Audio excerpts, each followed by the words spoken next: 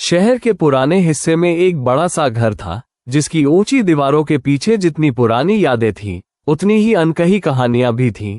लेकिन उस घर में रहने वाली सविता देवी के बारे में पूरे मोहल्ले की एक ही राय थी, उनसे बचकर रहना। बहू की जिंदगी आसान नहीं होती। सविता देवी अपने सख्त स्वभाव, नियम कायदों और तेज आवाज के लिए मशहूर थी। उनका बेटा आरव जब शादी करके अपनी पत्नी नैना को घर लेकर आया, तो पड़ोस की औरतों ने नैना को पहले ही दिन सलाह दे दी थी, बेटी, सास से संभल कर रहना, बहुत कड़क है। नैना ने बस मुस्कुराकर कहा था। शायद उन्होंने भी कभी किसी से यही सुना होगा। किसी ने उस जवाब का मतलब नहीं समझा, लेकिन नैना की आंखों में एक अजीब सा विश्वास था। शादी के बाद पहली सुबह नैना रसोई में चाय बनाने पहुंची तो सविता देवी पहले से वहां खड़ी थी। उन्होंने बिना उसकी तरफ देखे कहा, हमारे घर में चाय सुबह 6 बजे बनती है, 7 बजे नहीं।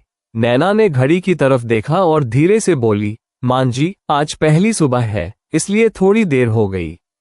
कल से 6 बजे बना दूंगी। सविता देवी ने पलटकर देखा, जैसे उन्हें उम्मीद ही नहीं थी कि नई बहू बिना बहस किए जवाब देगी। उन्होंने पूछा, तुम्हें बुरा नहीं लगा? नैना मुस्कुराई, अगर आप मुझे अपना मानकर नियम बता रही हैं, तो बुरा कैसा? सविता देवी कुछ पल चुप रही और फिर बोली, चाय में चीनी कम रखना। नैना ने पहली बार उन्हें गौर से देखा। उस चेहरे पर कठोरता जरूर थी, लेकिन आंखों में कहीं बहुत गहराई में थकान भी थी। नैना ने चाय बनाई और कप उनके सामने रख दिया। सविता देवी ने एक घूंट लिया और तुरंत कहा, चीनी थोड़ी ज्यादा है। नैना हंस पड़ी, तो आज से मैं आपको चाय बनाना सिखाऊंगी और आप मुझे घर चलाना सिखा दीजिएगा। सविता देवी के होठों पर अनजाने में हल्की मुस्कान आई, मगर उन्होंने तुरंत चेहरा दूसरी तरफ कर लिया। उन्हें क्या पता था कि जिस लड़की को वो सिर्फ अपने बेटे की पत्नी समझ रही है, वही धीरे धीरे उनकी जिंदगी का सबसे खूबसूरत रिश्ता बनने वाली है। शादी के शुरुआती दिन सामान्य रहे। नैना घर के काम सीखती, सविता उसे कभी टोकती, कभी समझाती और आरव दोनों के बीच पुल बनने की कोशिश करता। एक शाम नैना ने देखा कि सविता देवी अपने कमरे में अकेली बैठी पुरानी तस्वीरें देख रही है। तस्वीर में एक जवान महिला थी, उसके साथ एक छोटा बच्चा और एक आदमी। नैना ने दरवाजे पर खड़े होकर पूछा, मान जी, ये कौन है? सविता देवी ने तस्वीर तुरंत बंद कर दी और बोली, पुरानी बातें हैं। नैना ने कुछ नहीं पूछा, लेकिन जाते जाते कहा, पुरानी बातें अगर दिल में रखी जाए तो भारी हो जाती है। कभी मन करे तो मुझे बता देना। सविता देवी ने पहली बार उसकी तरफ ऐसे देखा जैसे किसी ने उनके भीतर के बंद कमरे का दरवाजा देख लिया हो। उस रात उन्होंने बहुत देर तक नींद नहीं की। अगले दिन से उनका व्यवहार थोड़ा बदल गया। वो अब नैना को सिर्फ काम करने वाली बहू की तरह नहीं, बल्कि एक इंसान की तरह देखने लगी। एक दिन नैना की तबीयत खराब थी, फिर भी वो रसोई में काम कर रही थी। सविता देवी ने उसे देखते ही डांट दिया, तुम्हें आराम करने को कहा था या काम करने को? नैना ने कहा, घर का काम पड़ा है मान जी। सविता देवी ने उसके हाथ से बेलन लिया और बोली, घर का काम कहीं भाग नहीं जाएगा, लेकिन अगर तुम बीमार पड़ गई तो मेरा घर कौन संभालेगा?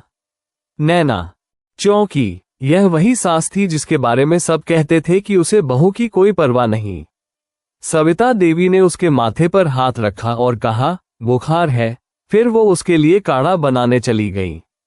नैना बिस्तर पर लेटी उन्हें देखती रही और पहली बार उसके मन में आया कि शायद सविता देवी कठोर नहीं, बस अपने प्यार को जताना नहीं जानती।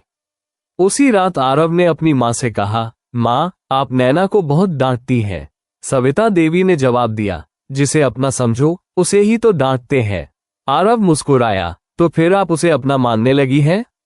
सविता देवी ने कुछ नहीं कहा, मगर अगले दिन उन्होंने नैना के लिए उसके मायके की पसंद वाला खाना बनाया। नैना ने हैरानी से पूछा, मान जी, आपको कैसे पता कि मुझे ये पसंद है? सविता देवी बोली, बहू के बारे में इतना तो पता होना चाहिए। नैना की आंखें भर आईं। धीरे धीरे दोनों के बीच एक अनोखा रिश्ता बनता गया। नैना सविता देवी की दवाइयां समय पर देती, उनके पुराने कपड़ों को ठीक करवाती और शाम को उनके साथ बैठकर चाय पीती। बदले में सविता देवी नैना के बालों में तेल लगाती, उसके लिए उसके पसंद की साड़ी चुनती और हर बार जब आरव नैना पर छोटी सी बात को लेकर नाराज होता तो उसे समझाती, पत्नी घर की इज्जत नहीं, घर की धड़कन होती है। उसे जीतना पड़ता है, दबाना नहीं। एक दिन आरव ने मजाक में कहा, माँ, अब तो लगता है आपकी बहू आपसे ज्यादा प्यारी हो गई है। सविता देवी ने मुस्कुराकर कहा, तू मेरा बेटा है, इसलिए तुझे जन्म दिया था। वो मेरी बहू है, इसलिए मैंने उसे दिल से चुना है। नैना दरवाजे के पीछे खड़ी यह बात सुन रही थी और उसकी आंखों से आंसू निकल पड़े। लेकिन कहानी में असली मोड़ तब आया जब एक रात सविता देवी अचानक बेहोश होकर गिर पड़ी। नैना घबरा गई। आरव उस समय शहर से बाहर था। उसने तुरंत पड़ोसी की मदद से सविता देवी को अस्पताल पहुंचाया। डॉक्टर ने बताया कि हालत गंभीर है और तुरंत इलाज की जरूरत है। नैना पूरी रात अस्पताल के बाहर बैठी रही। सुबह आरव पहुंचा तो उसने देखा कि नैना की आंखें लाल थीं और हाथ में अभी भी उसकी मां की दवाइयों की पर्ची थी। आरव ने कहा, तुम घर क्यों नहीं गई? नैना ने जवाब दिया, मां अस्पताल में हो और मैं घर कैसे चली जाऊं? कुछ घंटों बाद डॉक्टर ने बताया कि सविता देवी को लंबे इलाज की जरूरत होगी। आर्थिक परेशानी भी सामने आने लगी। नैना ने चुपचाप अपनी शादी में मिली एक कीमती चूड़ियों की जोड़ी निकालकर आरव को दे दी। आरव ने पूछा, ये क्यों? नैना बोली, मां की दवा के लिए। आरव ने कहा, मैं इंतजाम कर लूंगा। नैना ने दृढ़ आवाज में कहा, मां ने मुझे इस घर में बेटी की तरह रखा है, तो बेटी का भी तो हक है मां के इलाज में साथ खड़े होने का। आरव कुछ नहीं बोल पाया, लेकिन सविता देवी ने यह बात सुन ली थी। उन्होंने नैना का हाथ पकड़कर कहा, मेरी वजह से अपनी निशानी मत बेचना। नैना ने उनके माथे को चूमते हुए कहा, माँ, आपकी जिंदगी से बड़ी मेरी कोई निशानी नहीं। सविता देवी रो पड़ी। उन्होंने कहा, मैंने जिंदगी भर सोचा कि बहू घर में आती है तो बेटे को छीन लेती है, लेकिन तुमने तो मेरा बेटा ही नहीं, मेरा अकेलापन भी बांट लिया। उस दिन पहली बार नैना ने अपनी सास को माँ कहकर नहीं, माँ की तरह गले लगाया। इलाज शुरू हुआ और कुछ महीनों में सविता देवी ठीक होने लगी। लेकिन इसी दौरान नैना को अपने मायके से खबर मिली कि उसके पिता का कारोबार बुरी तरह डूब गया है और घर की आर्थिक हालत खराब है। नैना ने यह बात किसी को नहीं बताई। वो रोज मुस्कुराती रही, लेकिन रात में अकेले रोती। एक रात सविता देवी ने उसे रोते हुए देख लिया। उन्होंने पूछा, क्या हुआ? नैना ने पहले टाल दिया, लेकिन आखिरकार सब बता दिया। सविता देवी ने अगले ही दिन अपने पुराने गहनों का डिब्बा निकाला और कहा, ये ले जाओ। नैना ने मना किया, माँ, ये आपके हैं।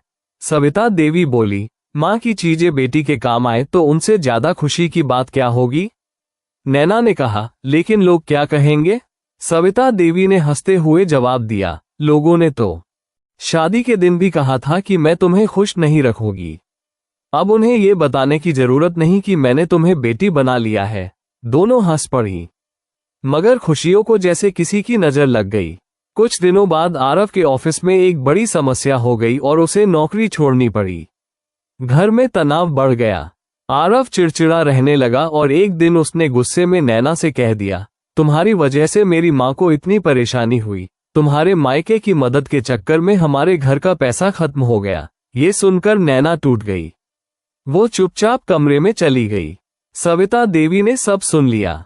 उन्होंने आरव को बुलाया और पहली बार उसके सामने बहुत सख्त आवाज में कहा, अपनी पत्नी से माफी मांगो। आरव बोला, माँ, मैं गुस्से में था। सविता देवी ने कहा, गुस्सा आदमी की मजबूरी हो सकता है, लेकिन किसी अपने का दिल तोड़ना मजबूरी नहीं। आरव चुप हो गया। सविता देवी ने आगे कहा, जिस लड़की ने मेरी बीमारी में रातें अस्पताल में बिताई, जिसने अपने गहने मेरे इलाज के लिए दे दिए, जिसने तेरे घर को अपना घर माना, तूने उसी को पराया कह दिया? याद रख बेटा, पत्नी घर में आती है तो उसका सम्मान करना पति का धर्म है, एहसान नहीं। आरव की आंखें झुक गईं। वो नैना के पास गया और हाथ जोड़कर बोला, मुझे माफ कर दो। नैना ने कहा, मुझे आपकी बात से ज्यादा इस बात का दुख हुआ कि आपने मुझे अपना नहीं समझा। आरव ने उसका हाथ पकड़ लिया, अब कभी ऐसा नहीं होगा। दरवाजे के बाहर खड़ी सविता देवी ने आंखें बंद कर ली और मन ही मन भगवान को धन्यवाद दिया। समय बीतता गया। घर की परिस्थितियां सुधरने लगी। आरव को नई नौकरी मिल गई। नैना ने भी घर से छोटा सा ऑनलाइन काम शुरू कर दिया। सविता देवी उसकी मदद करती और अक्सर कहती, बहू नहीं, मेरी बिजनेस पार्टनर है। घर में फिर हंसी लौट आए। एक दिन नैना ने सविता देवी को एक पैकेट दिया। उसमें एक सुंदर साड़ी थी। सविता देवी ने पूछा, ये किस लिए? नैना बोली, माँ, मेरी पहली कमाई से। सविता देवी ने साड़ी हाथ में ली और भावुक होकर कहा, तुम्हारी पहली कमाई तो तुम्हारे पास रहनी चाहिए थी। नैना मुस्कुराई, मेरी पहली कमाई की सबसे पहली हकदार मेरी माँ है। सविता देवी ने उसे गले लगा लिया। उसी रात सविता देवी ने अपनी पुरानी डायरी निकाली। उसमें उन्होंने वर्षों पहले लिखा था, एक दिन मेरा बेटा शादी करेगा और मुझे डर है कि उसकी पत्नी मुझे उससे दूर कर देगी। उन्होंने उस पन्ने के नीचे आज की तारीख में लिखा, लेकिन मेरी बहू ने मुझे मेरे बेटे से दूर नहीं किया, उसने मुझे एक बेटी दे दी। कुछ महीनों बाद नैना को पता चला कि वो मां बनने वाली है। वो सबसे पहले सविता देवी के पास गई। कांपती आवाज में उसने कहा, मां, आपको दादी बनने की तैयारी करनी होगी। सविता देवी कुछ सेकंड उसे देखती रहीं, फिर उनकी आंखों में आंसू आ गए। उन्होंने नैना को गले लगाकर कहा, मुझे दादी बनने से ज्यादा खुशी इस बात की है कि अब तुम्हें भी समझ आएगा कि मां होना सिर्फ जन्म देना नहीं होता। नैना मुस्कुराई और बोली, और मुझे समझ आ गया है कि सास होना भी सिर्फ रिश्ते का नाम नहीं, कभी कभी मां बनने का दूसरा मौका होता है। समय आया और नैना ने एक बेटी को जन्म दिया। अस्पताल में सबसे पहले सविता देवी पहुंची। उन्होंने नवजात बच्ची को गोद में लिया और कहा, देख नैना, भगवान ने मुझे तुम्हारा रिश्ता और मजबूत करने के लिए तुम्हारी बेटी भेजी है। नैना की आंखों से आंसू बहने लगे। सालों बाद जब वही बच्ची बड़ी हुई और स्कूल में परिवार पर निबंध लिखने लगी, उसने लिखा, मेरे घर में मेरी दादी और मेरी माँ एक दूसरे से बहुत प्यार करती है। लोग कहते हैं कि सास और बहू का रिश्ता मुश्किल होता है, लेकिन मैंने अपनी दादी से सीखा है कि रिश्ता खून से नहीं, दिल से मजबूत होता है। निबंध पढ़कर सविता देवी की आंखें भर आईं। उन्होंने नैना का हाथ पकड़ा और कहा, अगर उस दिन तुम भी बाकी बहुओं की तरह मुझे सिर्फ सास समझकर डर जाती, तो शायद हमारी कहानी कभी शुरू ही नहीं होती। नैना ने मुस्कुराकर जवाब दिया, और अगर उस दिन आपने मुझे सिर्फ बहू समझकर परखा होता, तो मुझे मां नहीं मिलती। दोनों एक दूसरे को देखकर मुस्कुराईं। घर के आंगन में बच्ची खेल रही थी। आरव दूर से ये दृश्य देख रहा था और उसके चेहरे पर संतोष था। उसी शाम सविता देवी ने नैना से कहा, बेटी, एक बात बताऊं? नैना ने पूछा, क्या मां? सविता देवी बोली, लोगों ने मुझे जिंदगी भर सिखाया कि बहू को अपने काबू में रखना चाहिए, लेकिन तुमने मुझे सिखाया कि जिसे प्यार से अपना बना लो, उसे काबू में रखने की जरूरत ही नहीं पड़ती। नैना ने उनका हाथ थाम कर कहा, और आपने मुझे सिखाया कि सास अगर मां बन जाए तो बहू को बेटी बनने में देर नहीं लगती। कैमरा जैसे धीरे धीरे उस घर से दूर होता है, आंगन में हंसी की आवाजें गूंजती हैं और कहानी की आखिरी पंक्ति सुनाई देती है, कुछ रिश्ते जन्म से नहीं मिलते, उन्हें रोज थोड़ा थोड़ा प्यार देकर बनाया जाता है। और जब सास बहू को बहू नहीं, बेटी समझ ले और बहू सास को सास नहीं, मां मान ले, तब एक घर सिर्फ घर नहीं रहता, वो प्यार की ऐसी दुनिया बन जाता है जहां रिश्तों के नाम बदल सकते हैं, लेकिन अपनापन कभी खत्म नहीं होता। और शायद यही इस कहानी की सबसे खूबसूरत सच्चाई थी। नैना को शादी के बाद सिर्फ एक पति नहीं मिला था, उसे एक मां मिली थी। और सविता देवी को सिर्फ एक बहू नहीं मिली थी, उन्हें जिंदगी के उस मोड़ पर एक बेटी मिल गई थी, जहां उन्हें लगा था कि उनके हिस्से का प्यार अब खत्म हो चुका है।